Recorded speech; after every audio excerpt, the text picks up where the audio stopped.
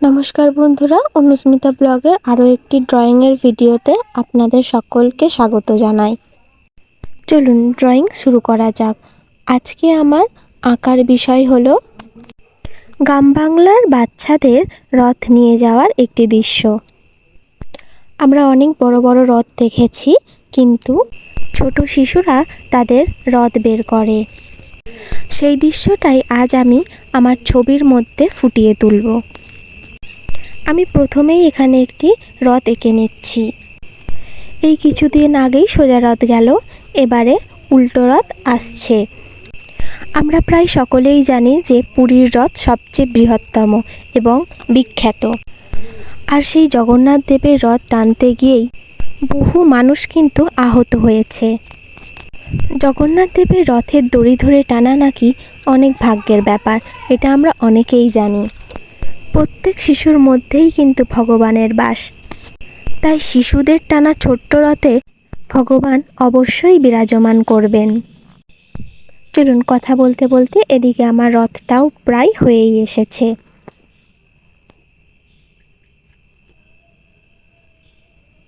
আমি এখানে রথটা করার জন্য বেশ কিছু কলকার ব্যবহার করেছি। আপনারা আপনাদের মনের ইচ্ছা মতন রথ কিন্তু আঁকতে পারেন।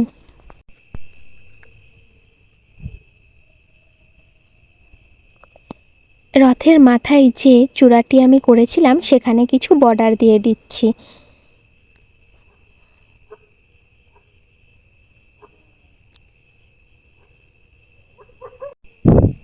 এরপর আমি এখানে বেশ কিছু শিশুদের এঁকে নিচ্ছি। প্রথমেই আমি একটি বালিকাকে আঁকছি।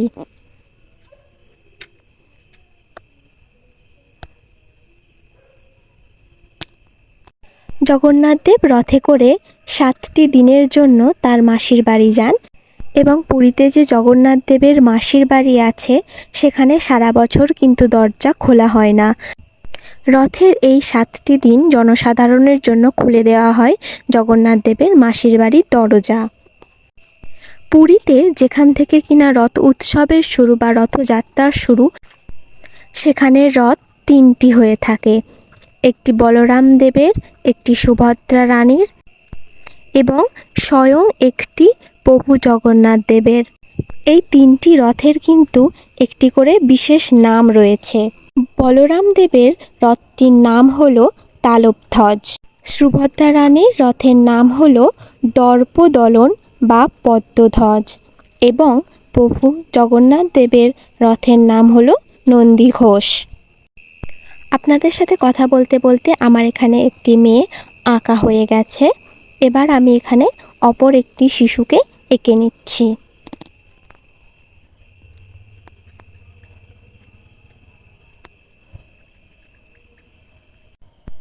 আমার এই ড্রয়িংয়ের ভিডিওগুলি আপনাদের কেমন লাগছে আপনারা কিন্তু অনেকেই কমেন্টের মাধ্যমে জানাচ্ছেন না।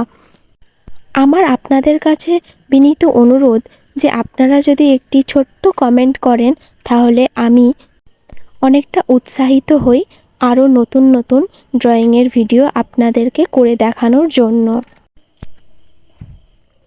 আমি এখানে একটি রথের রশি করে নিলাম। এবার এখানে আমি কিছু গাছপালা এঁকে নিচ্ছি। যেহেতু আমি এটি গ্রামের দৃশ্য করছি সেই জন্য কিছু গাছপালা এবং ঘর এঁকে নিচ্ছি।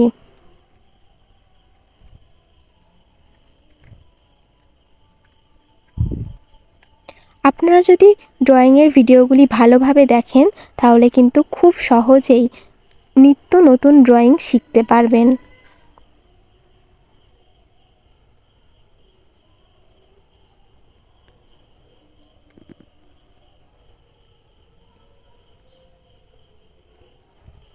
আমার এখানে পেন্সিল ড্রয়িংটা কমপ্লিট হয়ে গেছে। এবার আমি এখানে কালার করে নিচ্ছি। আমি এখানে রং করার জন্য জল রং ব্যবহার করেছি। আপনারা চাইলে মোম রঙও ব্যবহার করতে পারেন, যেটা আপনাদের কাছে অ্যাভেলেবেল থাকবে। আমি এখানে বাড়িগুলোর মাথাতে প্রথমেই একটু রেড কালার দিয়ে দিয়েছিলাম, তার সাথে অরেঞ্জ কালার মিক্সড করে একটি ভিন্ন রং করার চেষ্টা করেছি। একইভাবে আমি এখানে রথটাকেও রং করে নিয়েছিলাম পিঙ্ক কালারের। এবারে আমি এখানে যে বাচ্চাগুলো এঁকেছিলাম তাদের জামা এবং হেয়ারের কালার করে নিচ্ছি।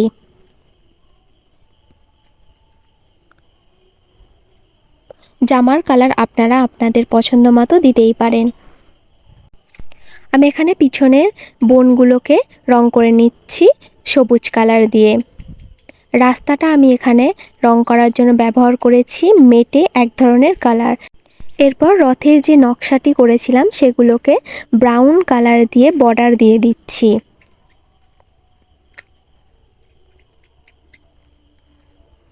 বর্ডার দিলে যে কোনো জিনিসকেই আরও বেশি সুন্দর লাগে, বা যে কোনো জিনিসকে হাইলাইট করাও বলতে পারেন, ফুটিয়ে তোলে, জিনিসটাকে আরও বেশি সৌন্দর্য করে তোলে।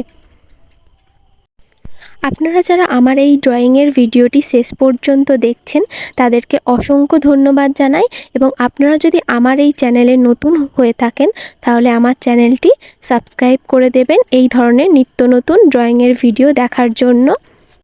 আমার এই আঁকাটা আপনাদের কেমন লাগলো সেটা অবশ্যই কমেন্টের মাধ্যমে জানাবেন। ভালো লাগলে একটি লাইক ও শেয়ার করে দেবেন।